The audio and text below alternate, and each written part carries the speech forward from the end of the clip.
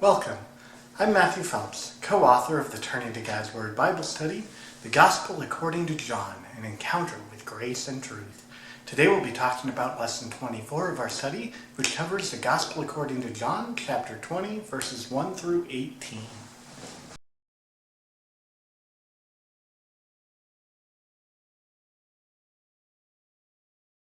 We're picking up now.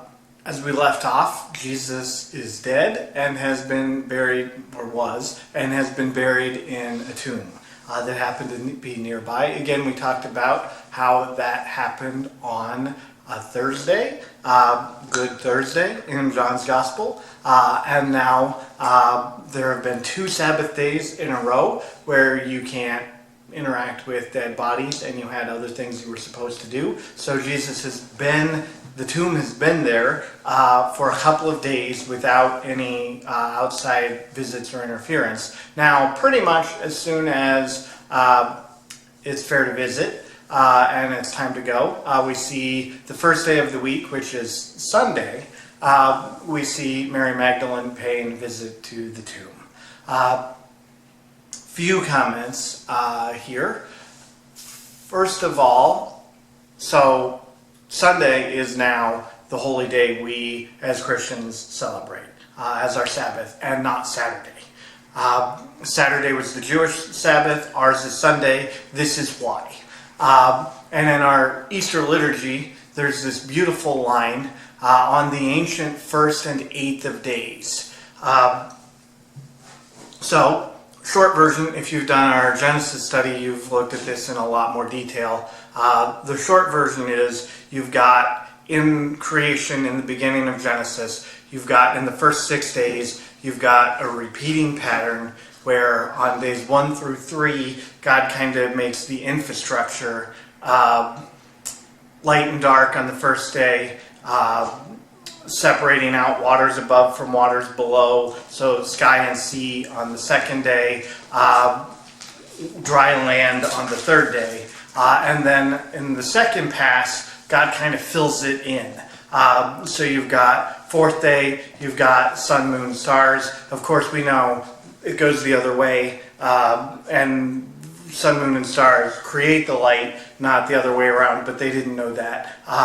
You've got 5th day, you've got birds, fish, sea monsters, and then on the 6th day you've got all the land animals. So you do kind of one pass building infrastructure, another pass filling it in, and then you've got this dangling 7th day, which when everything has been repeating, having the one hanging out there feels incomplete, unfinished, right? I know there's some talk around about 7 being a complete number, but if you read the Old Testament, or a perfect number, if you read the Old Testament, basically every time you see a 7, that means something else is coming afterwards.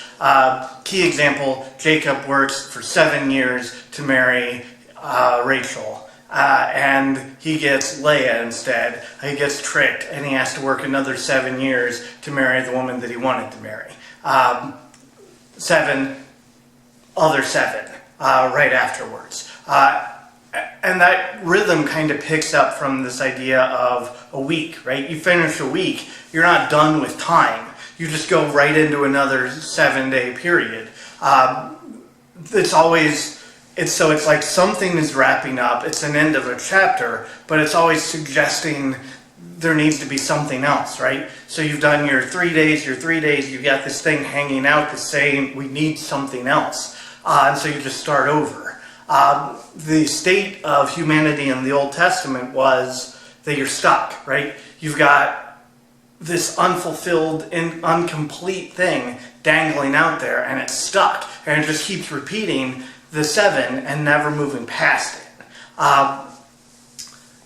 From that point of view, the Sabbath day itself is infrastructure and not the final meaning and completion of the rest of God, right? Because first 3 days, infrastructure, second 3 days, filling them in with what belongs there. So the Sabbath itself is a kind of an infrastructure for something more, something promised.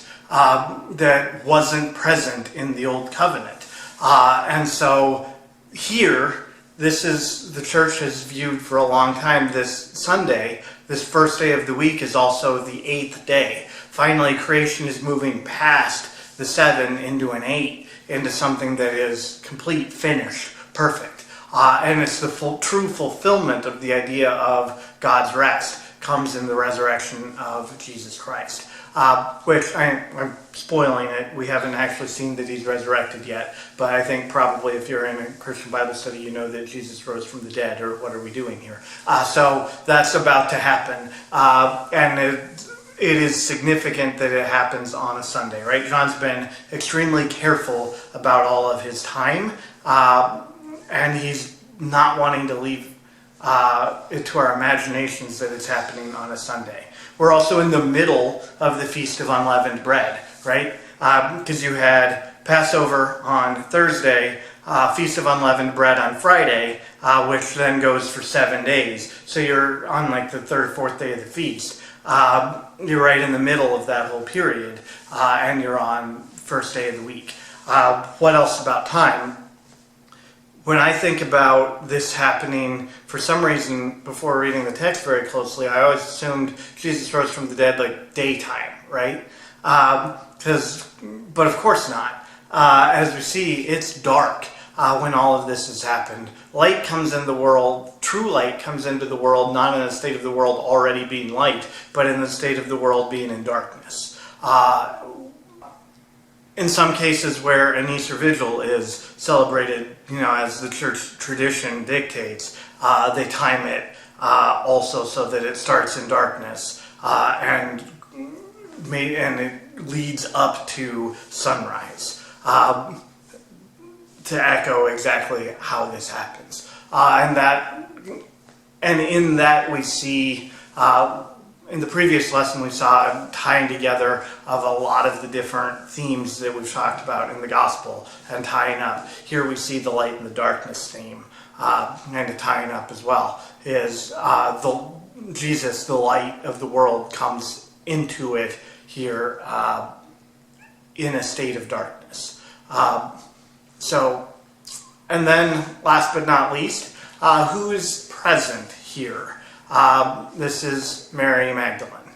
So we'll talk more because she will have more part to play here, quite a bit in this in the first part of this chapter. So we'll talk some more about her and what's going on. But that's the main character we have here. And she goes to the tomb and does not find what she's expecting. What she's finding. So you've got a tomb, you put a body in it. It's not big iron door, it's not locked door, it's you just roll a big rock in front of it, and that keeps out anybody who's not extremely interested in being there. She's not expecting to see the tomb empty, but she gets there and the rock is been moved away, and the tomb is, well, we don't see yet. At this point we just know that the rock's not there, which is not the state you would expect to find the tomb in. And it's a mystery.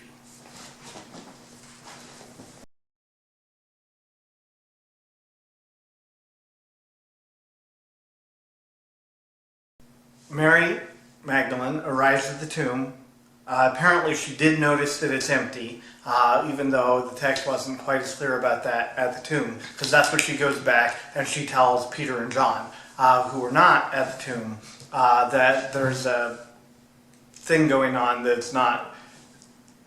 Assuming you don't think that Jesus raised from the dead, which would be a difficult thing to think happened, you're thinking you have a pretty unfortunate thing that's occurred.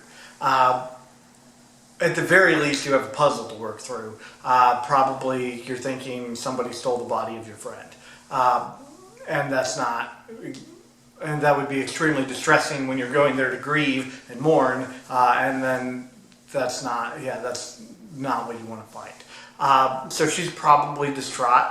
A few thoughts. It's worth commenting a little bit on who Mary Magdalene is in the Gospel according to John. She only appeared for the first time named as such at the cross. This is not likely Mary of Mary and Martha fame. She seems to be why she is coming in now as a new character. Probably is because of this event. She's the one who happened to be, she was at the foot of the cross. Now she's the one here to mourn Jesus. And we'll see she gets to have this first interaction. So she's important now. Not that she necessarily wasn't otherwise, but now she's so important she has to come into the narrative. Because she's going to be a major driver of the resurrection narrative. It's told kind of through her. These other guys come and go, but as far as experiencing the resurrection, we'll see she's first. And it comes through her, which will be interesting, and we'll talk about it. It's not any of the people you would expect, right? It's not Jesus, it's not Peter, it's not John, it's not accounted to us that it's Jesus' mother. It's this woman that hasn't showed up before in John's Gospel until the cross.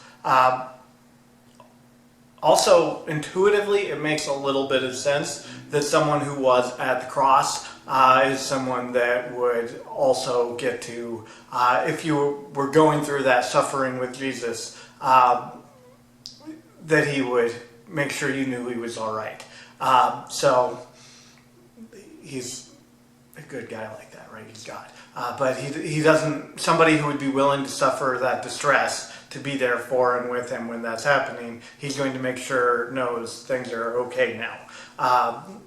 Because that's, how Jesus is. So her response is, John and Peter need to know about this. Why John and Peter? In John's Gospel, we've seen repeatedly this idea of these two guys, right? They're the big ones. One of them because you can't get around Peter being important, and the other one because he's writing the Gospel. Not just that, right? He's the one Jesus loved. This is his version of events. But even the other Gospels agree that John was a big deal, more so than most of the 12. The other Gospels don't kind of pitch the same Peter-Jesus or Peter-John interplay. It's more Peter, and then it's James-John, and then it's everyone else. James is, we don't need to worry about my brother. He wasn't really that big of a deal. It's John and Peter. Why? Because it's not, John's not, you can't read this gospel and think this guy is full of himself, right? He would not have, he doesn't have the view of Jesus that he does and be all about me. So why is this set up this way? Matters. Especially now, the next two lessons as we conclude the gospel, once we get through this section with Mary Magdalene, are going to be driven a lot by, or even in the middle of it, are going to be driven a lot by this interplay between Peter and John.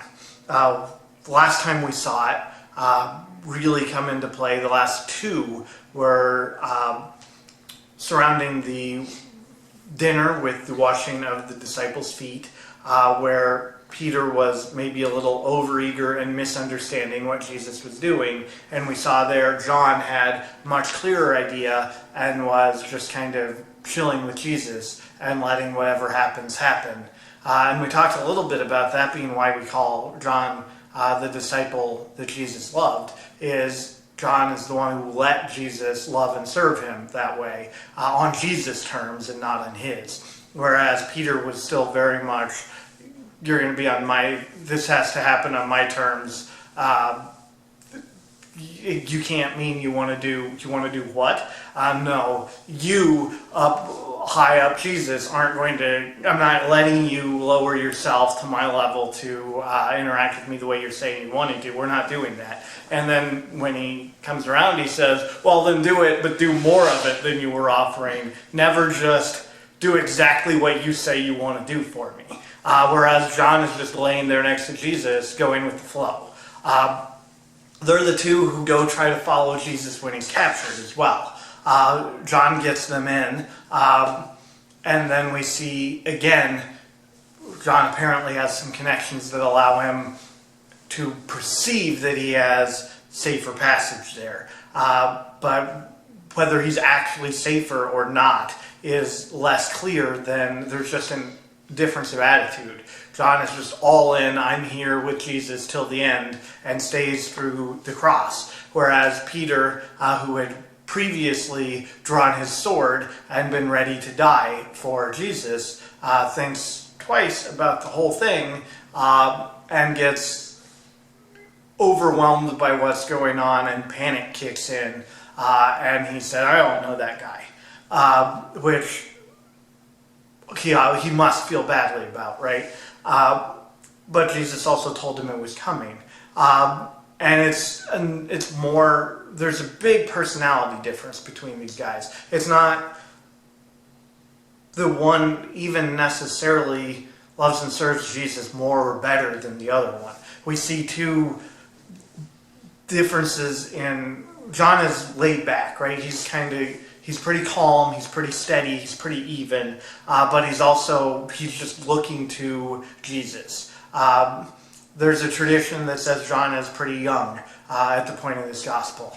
You could see a younger person being a little more go with the flow, kind of looking up to Jesus more as like, not a contemporary, but as an older person as well, might have kind of a different mentor type relationship that's easier to just be deferential as well. Whereas Peter's kind of, you can imagine, gruff older fisherman used to doing things his own way, has just a bit of a different adjustment here to the whole thing. We've also talked about Peter's personality is just very much, I'm going to dive in to whatever it is I'm doing all the way until I can't anymore, which can be good, but it can lead him to finding himself in the courtyard before he's thought through what that means, that he's there and what he is and isn't willing to do. And then when the reality of where he is and what he's doing catches up to him, not knowing what to do. Right? He really, I think, did just get ahead of himself without thinking through it, and then again reacted before he really thought about what he was doing there, because he just wanted to be with Jesus so much when that was happening. Again, where's everybody else, right? Peter gets a bad rap for that. Where's everybody else?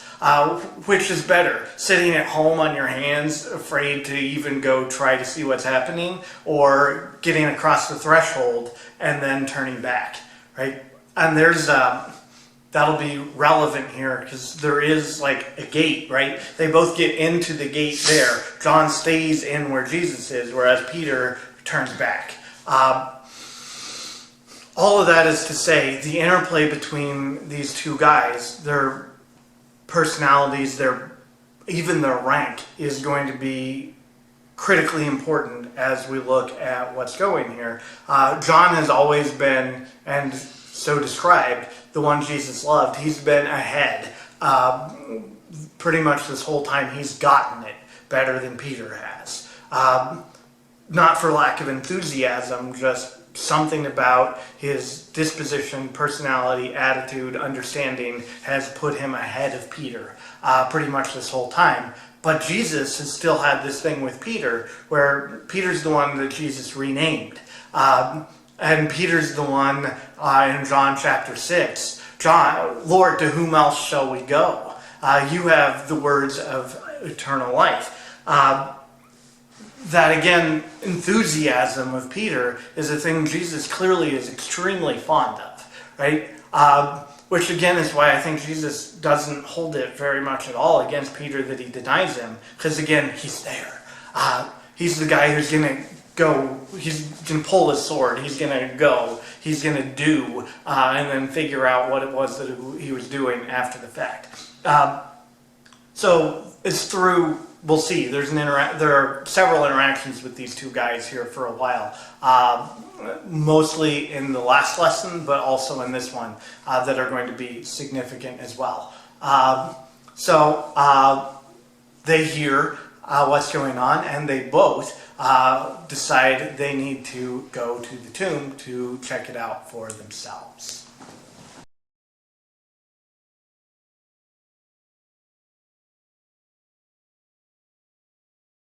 continuing on this interplay between Simon Peter and John, the disciple Peter loved.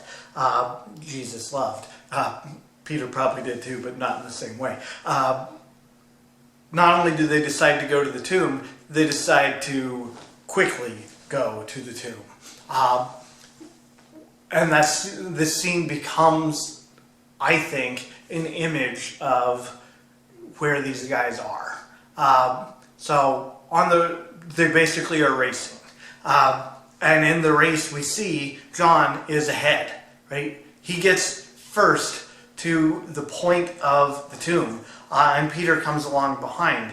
But then what happens? John gets there, but he doesn't cross the threshold into the tomb. He gets there, he looks in, he's wondering what's going on, but for whatever reason, he stops. With like one step to go, he's stopped, and he's pondering. He's clearly a guy who's very prone to deep thinking about what's going on. Maybe he just gets lost in what does all this mean. And he can see enough, but for whatever reason, he's right there on the threshold and waiting. And Peter comes panting up behind him in second place. And due to that impulsive, all-in thing that Peter does, he has no problem just taking that step into the tomb. And saying, I need to see and interact with what's going on here. Which is really a strong metaphor for how this interaction between these guys play out. John's been ahead the whole time. He was at the foot of the cross. He's the one who got what Jesus was doing at the Last Supper. Or not the Last Supper, but the washing the feet supper. He's the one who's been out front and has gotten to just outside of where Jesus is and what he's doing now. And he's been with Jesus that whole way right up to just outside of what's happening now. But now everything is different, right? There's like this barrier between everything that has been and everything that's about to be. Because everything's changed now. In that tomb, everything is different than what it was outside of that tomb. And John, in the pre-tomb situation, got there way ahead of Peter. But now Jesus is raised from the dead. Everything is different, and you're in a new state of how things are, represented by what's in that tomb. And Peter, coming up way behind John to where the tomb line is, crosses the barrier first, is in this new world and this new state of things, gets it first and gets to what it is before John. We won't see the rest of that in this lesson. We'll see that next time. But very important to take that view of Peter into the next chapter. Also, Peter's not acting like a guy who's ashamed, right, of the fact the last interaction we saw, he denied Jesus. Psychologically, this is not a guy I'm ashamed of what I did and I'm at home beating myself up, right? Jesus had told him he was going to do it and said it's okay. I'm sure he's not thrilled with himself, right? But he's moving forward, not staying where he is. You've still got 9 other guys who are just staying where they are. You've got John who's moving forward and Peter who's moving also forward. It doesn't matter where it was, it matters where I'm going now. There's this immediate situation of we don't know what's happening with Jesus. I'm going to do something about it. I'm still not going to just sit here twiddling my thumbs. I'm going to do. Peter is very much do. And in that, one of the takeaways will be Jesus likes that and wants to work with that. And too often, as Christians, we think, I need to figure out exactly what God is leading me to do in this situation and plan out 10 steps ahead and know everything that's going to happen, and then I can do the will of God. We're not omniscient. We're not made to be omniscient. We're not called to know what's going to happen as a result of what we do. We're just supposed to take the next step. And at some point, you can be like John, and you can take the next step, the next step, the next step, and you can get to a point where you stop. And you can get so close and be on the threshold of where God's inviting you to be, and you can still stop short and get stuck in your head. And what does this mean? What's going on? Or you can just go. And Jesus appears to very much like just going. Because we can't know what's going to happen as a result of what we do anyway. And faith that's trying to is contrary to the idea of faith. If you know what's happening, what's going to happen, where's the trust? Right? The trust is I'm going to do what I think God wants me to do, and it's on God to figure out what happens as a result of that. In the next couple lessons, we're going to briefly diverge into, I know you've all seen the kitties running by in some of these videos, into what I've been jokingly calling cat theology, but there are a couple things, and the next lesson one will be even more interesting, I promise, but where I've seen examples in my cats of things that I think are, this is actually indicates something interesting about how we act toward God. Rumi, my white cat, has developed recently this habit of just leaping at me. With no, she can't, there's no place to land. She just leaps and up against me, and then I have to catch her, right? I haven't thought through the consequences of, and I don't care what happens next. I'm just going to go toward you, and then you'll take care of the rest. That is faith. That is Peter, right? I'm going to leap toward Jesus where you are, and I'm positive that you've got it from there. Whereas John is, look in the tomb, is it safe in there? I don't know what's going on, right? Okay, there's something's going on here, versus Peter just diving in. Faith dives in. We'll talk more about them in the next lesson. But that's the background we want to have in mind when we do that. So, they get into the tomb. What do they find? And what do they not find? What they don't find is Jesus. There's another previous story that we want to do some compare and contrast with to wrap up here. So a challenging thing to think about that I'm going to pose here is that it's not actually, even in the Gospel according to John, unprecedented that somebody should be dead, buried in a tomb, and then not be dead anymore. It's happened in this Gospel with Lazarus.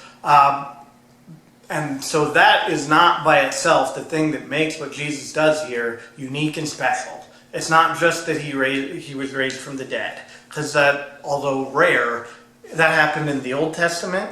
That happened, Jesus participated in that. And so interestingly, the way John paints that isn't Jesus doing anything.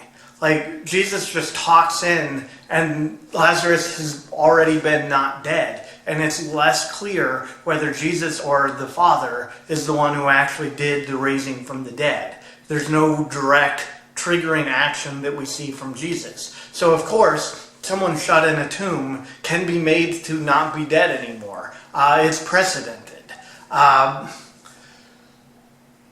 There's difference, though, by way of comparing and contrasting. How does Lazarus come out of the tomb?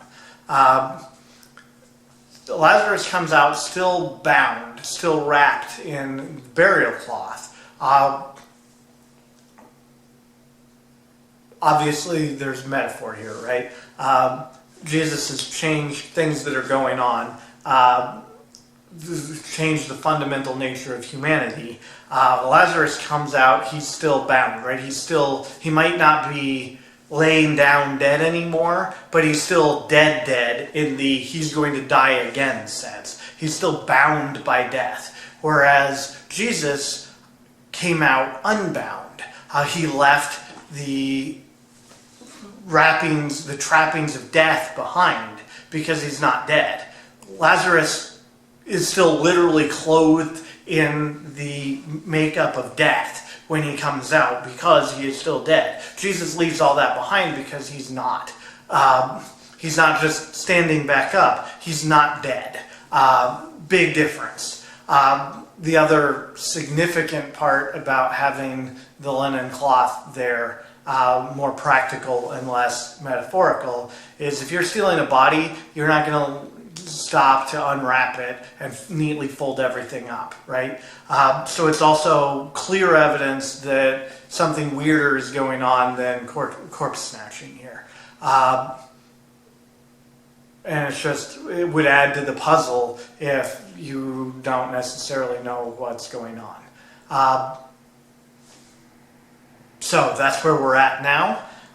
First, Mary Magdalene came, found, saw the empty tomb, went back, got Peter and John, who came, found, body's not there, clothing is.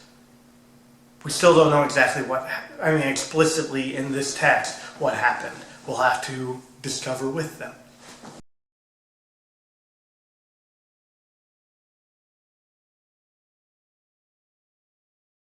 Peter's gone in.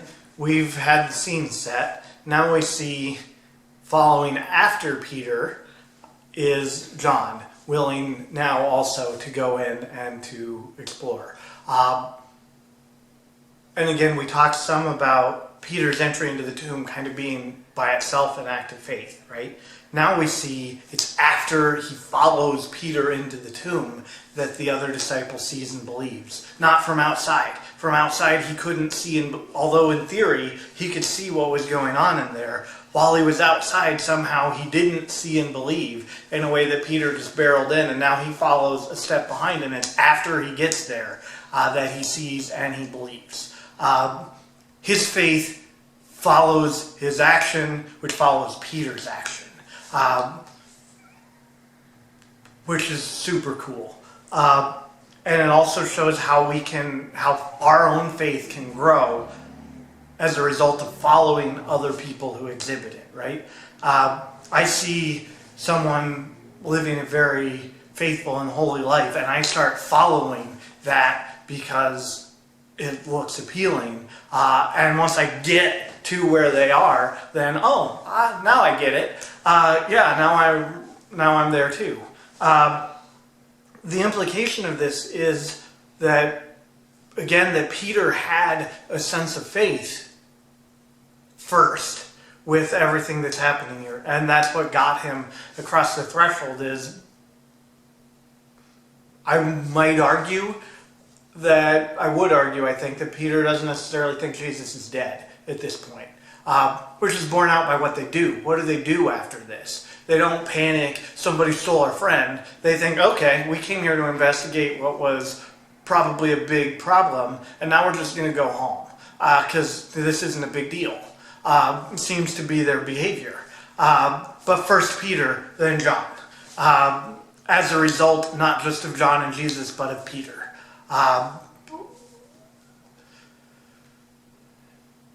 And they just go home. What a weird thing. What do they believe? Because the text is faith. What or who do they believe? The text doesn't really tell us, right? It's just he saw and also believed. And what do they know about what's going on versus what do they not know about what's going on? They clearly don't seem to think Jesus' body was stolen. They think that this is a God thing, would be my strong thought on this. Do they actually know he's up walking around? Maybe, maybe not, right? I think they're willing to believe that this isn't bad, but they may not know what it is yet. It's, again, faith as trust doesn't mean that we necessarily know everything that's going on. We can just see from their attitudes that they decide it's not bad, right? They're trusting, okay, this is fine. But if they thought that it meant that he was like standing up, walking around, they'd also be looking for him, right? So they're on board that this is not a bad thing, but they're still very much, I'm going to say, not sure what exactly is happening. And that's where we're at for now.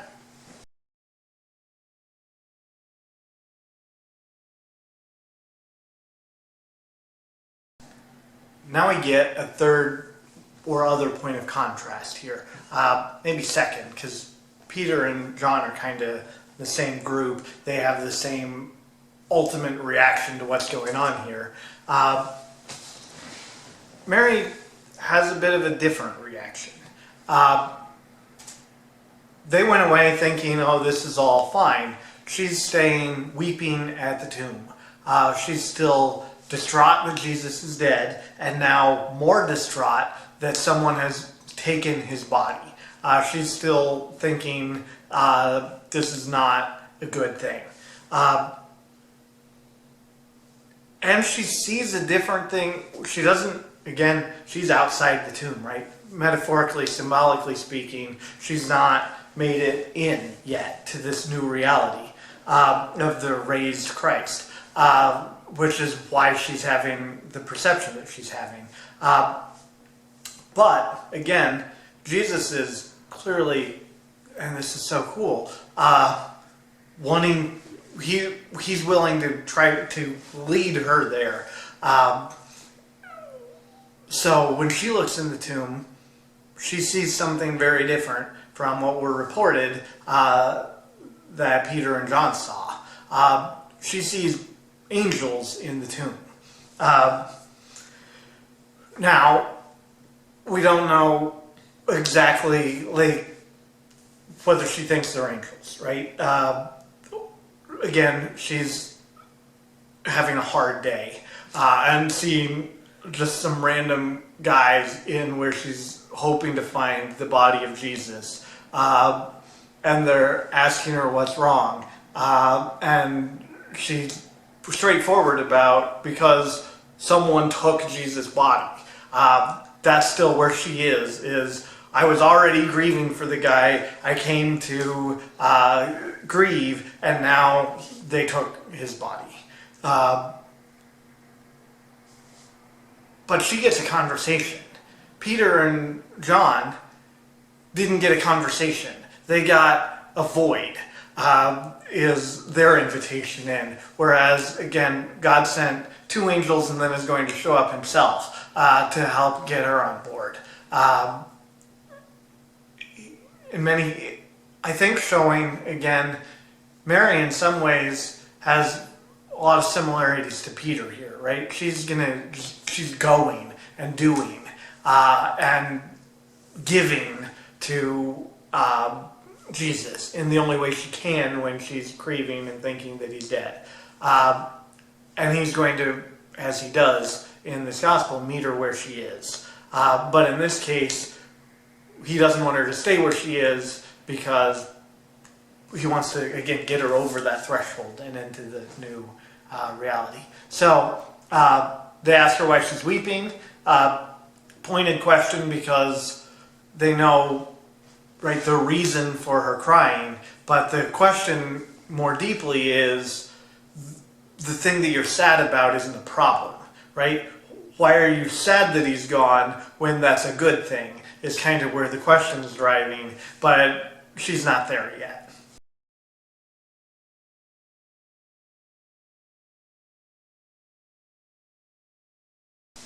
Now we see, for the first time, the risen Jesus. A few things worth talking about here.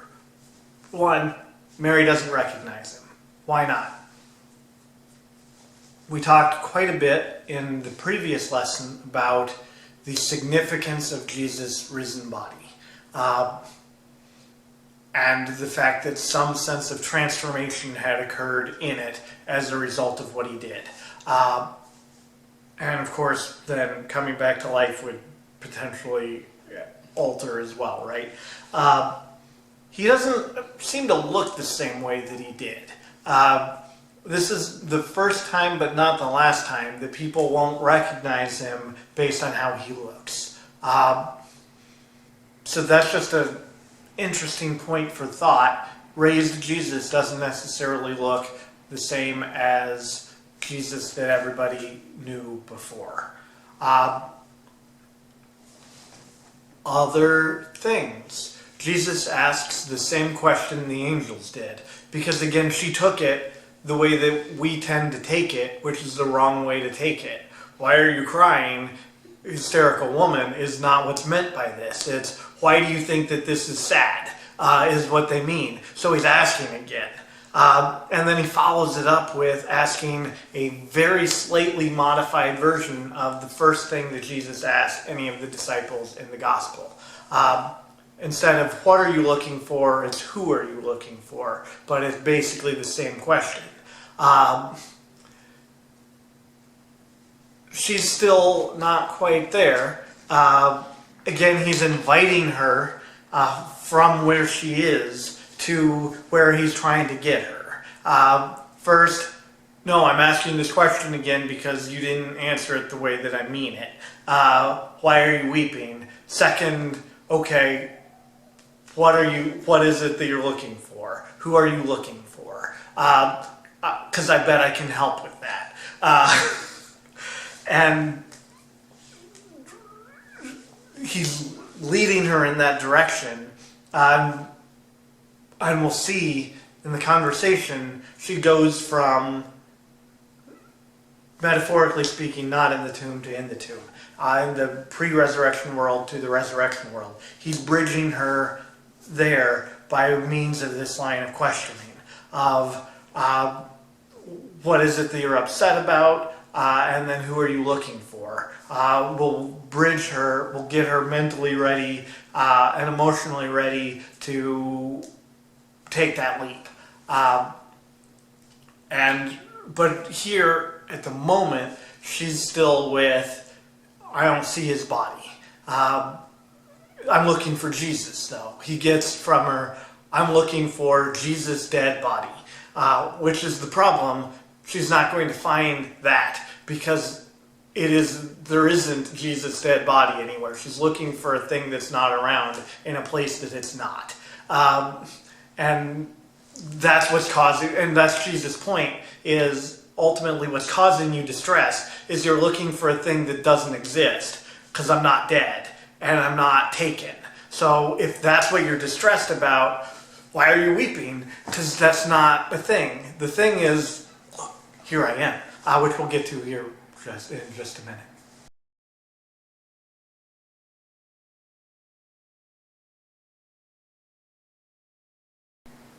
As Mary then is wondering, where is Jesus? And hey, random guy, maybe the gardener, I don't know, but you're talking to me now. Do you happen to know where he is? Then we see recognition. He calls her by her name, Mary. And then it's, and that's the last thing that's the thing that finishes getting her there to the idea of she hasn't been seeing it right. Not just his body, right? She hasn't been seeing the whole situation correctly. She hasn't been recognizing Jesus in what's happened at all. Because she's been looking for the wrong thing. But now when she hears her name from Jesus, it's enough to register with her. Oh, okay. You're right. Why am I weeping? Actually, this is fine. Great to see you, Jesus. Not quite, but pretty much that. And then we get another interesting thing, which is, don't grab onto me, Jesus says. I kind of picture, it could mean a few different things. I almost picture it like, you kind of would. The guy she thought was dead isn't anymore, like she's going to hug him. And for whatever reason, right now, that's off limits. Although we'll see before too long, touching the risen Jesus is not off limits. And Jesus is explicit. I haven't ascended yet. I need to do that. And don't, before that, stay back. So I think it's easy to start to think of the risen Jesus as, because he is raised from the dead, as incorporeal, right? As not bound to space and in flesh. But this very much clearly shows that's not true, right? Maybe he can be multiple places at any point in time, but he is in places. He's not just spirit. He is still embodied, and his body is still a physical thing. And so there's still this phenomenon where a physical earthly thing is still going to heaven. That's the thing that makes this unprecedented. Lazarus got back up after laying down. But his body stayed here on earth. He did not go to heaven.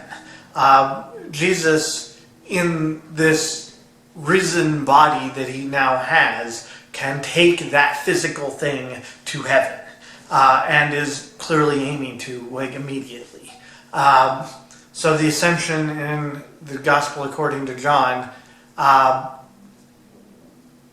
seems to happen on Resurrection Day, on Easter Sunday, as he's timed things. But before he goes, he makes sure that Mary's okay. Just shows us so much about who Jesus is. I have this world-changing, important thing to do, and I can put it off for an hour to make sure that Mary gets on board and isn't sad for too long. And it's not, I have eternity. It's not going to set my clock back too much to make sure she's doing okay, since she's the one who bothered to come to grief. And also she needs to get on board here, because I'm not going to leave her stuck in her grief when, again, why are you weeping? This is a good thing. But still got some stuff to do, Mary. I need you not to touch me until we get some of this done. Don't hold me back either, but know that this is fine. He does another interesting thing here. When he sends her back to tell everybody what's going on, he refers to his followers using a new word. And I think it's very important not to miss that. He now calls them brothers. He hasn't done that before. The best he's gotten is friends. And that is good, and we'll talk about that in the next lesson too, because that's a big deal. But it's not maybe as big a deal as a family connection has been established in what he's done. We talked way back at the beginning of the gospel how that is what he was coming to do, is create a familial relationship and connection with humanity. Whether by marriage or adoption, the image gets it could be seen as either, right? Because you've got, and most of that imagery involves Jesus' mother in the two encounters. It's at a wedding, but we see initially that his work starts, but we see it manifest as more of an adoption on the cross. And so it ends up as kind of both. But it's not, again, without Jesus' mother that the familial connection is formed. It's arguably more her taking in and adopting these people that, again, Jesus allows that to happen, but then her adopting brings people into the family of God because she was already there.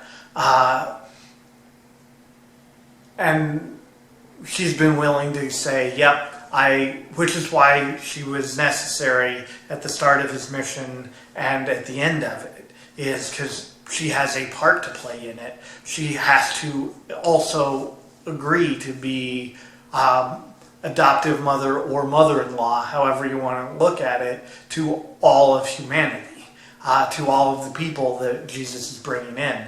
Or it's a no-go. But whether it's seen as adoption or marriage, whatever it is has happened now. The marriage image works, I think, in terms of sharing in one flesh, right? The practicality of how this works is Jesus shares is an intermingling of flesh and spirit between us and Jesus Christ, right? We receive his flesh, and our spirit enters into his flesh, and his spirit enters into us. And it very much looks back to Genesis and the original description of marriage, but it's not done in the marital way, right? So it bears similarities, but it bears also similarities to, if you look to the Genesis story, how humanity is created. You have one person, Adam, created by God, assemble a bunch of clay together and breathe my divine life into it. That's not how he creates the woman, Eve. More clay, but then he takes a piece of Adam, a rib, that is that mingling of earth and spirit, and puts it into another creation, and it makes her also. So there's only the one person that's directly created by God with his spirit put in, and then that share is distributed through a sharing of the flesh with Eve, his wife. That's a different kind of image of marriage that involves a passing on of the lineage of God, but it's not in the conjugal sense of how we later come to view marriage. But it is exactly in the sense of how Jesus has led to the creation of us in this new creation. And what does Adam say when he sees Eve? This at last is flesh of my flesh and bone of my bones, right? This one at last is like me. Now Jesus is going to be able to say that as well about humanity, is these at last are like me now, right? Because I can give them of my flesh, this rib now, right? And as that is put into them through consumption, they share again the Spirit of God that humanity lost in the sin of Adam and Eve. And Jesus, God, as person, can look now at his followers and say, this at last is bone of my bones and flesh of my flesh. These are now like me. They are kin. They are now family. And so it's achieved using original image of marriage, but not in the conjugal way, but in the first Adam and Eve way of God created Adam, then he created Eve, which functionally serves not unlike an adoption, because you have the one and then you're taking in the other. It doesn't work how we view marriage, but it is marriage in the primal and first sense of it. And so with that, because they are now like Jesus, they are kin to Jesus, they are Jesus' family, they are his brothers. He has effected that change in humanity. And we'll see where that goes as we move on from here. This has been an overview of Lesson 24 of the Turning to God's Word Bible Study, The Gospel According to John, an encounter with grace and truth.